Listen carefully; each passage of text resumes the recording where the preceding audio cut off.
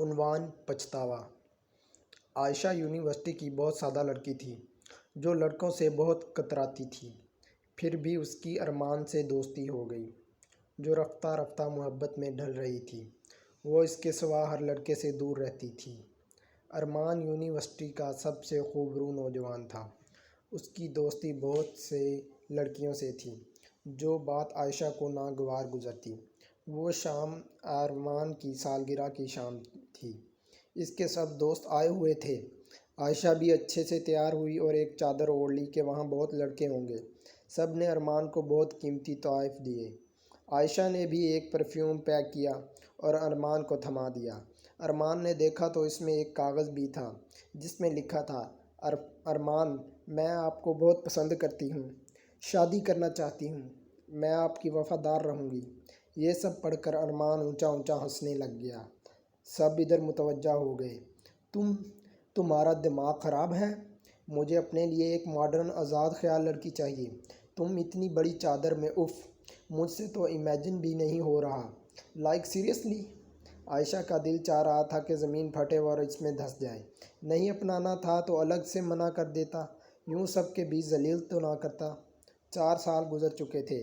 ارمان نے کسی سے شادی کر لی تھی۔ آئے دن ان کے جھگڑے ہونے لگے۔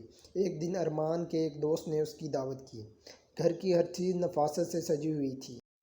واہ یار! ارمان صوفے پر بیٹھ کر گھر کا جائزہ لینے لگ گیا۔ ہاں جی، میری مانوں کا کمال ہے، احمد مسکرا کر بولا۔ کھانا کھاتے وقت ارمان پھر بولا، عرصہ ہو گیا گھر کا لذیذ کھانا کھائے ہوئے، تمہاری بھابھی کو پارٹی سے فرصت نہیں ملتی۔ احمد کہنے لگا، ماں نے مجھے باہر کا کھانا نہیں کھانے دیتی، ان فیکٹ لنچ بھی ڈرائیور کے ہاتھ بھجوا دیتی ہے، بچوں کی طرح۔ تھکا ہوا گھر آتا ہوں تو اس کی مسکراہٹ میری ساری تھکن اتار دیتی ہے۔ ارمان حیران ہو کر بولا، ملواؤ یار بھابھی سے۔ احمد سر ہلا کر بولا، نہ یار، وہ میرے دوستوں کے سامنے نہیں آتی۔ ارمان دانت پیس کر منہ میں بولا، ایک میری بیوی ہے جو میرے دوستوں میں گم رہتی ہے۔ کھانے کے بعد احمد ارمان کو سیڑھیوں کے پاس لے گیا۔ دیوار پر لگی تصویر دیکھ کر ارمان کا سر چکرا گیا۔ یہ تو عائشہ! احمد مسکرا کر بولا، ہاں عائشہ، پیار سے مانو کہتا ہوں، یہ مجھے بلی جیسی لگتی ہے۔ ارمان کو وہ سالگرہ کا دن یاد آ گیا۔ احمد بھی اسی پارٹی پہ آیا ہوا تھا اور جان گیا تھا عائشہ کتنی ہیرا لڑکی ہے۔ ارمان کا سر چکرانے لگا۔ اس نے تیزی سے باہر قدم بڑھا دیے۔ گھر پہنچا تو اس کی بیوی کزن کے ساتھ شیشہ پی رہی تھی۔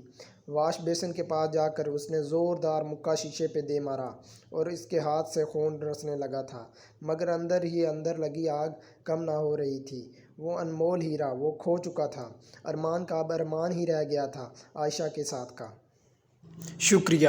تو دوستو، کیسی لگی ہماری کہانی؟ اگر ویڈیو اچھی لگی ہو تو ویڈیو کو لائک کریں اور ایسی ہی مزید کہانیاں سننے کے لیے میرا چینل سبسکرائب کریں۔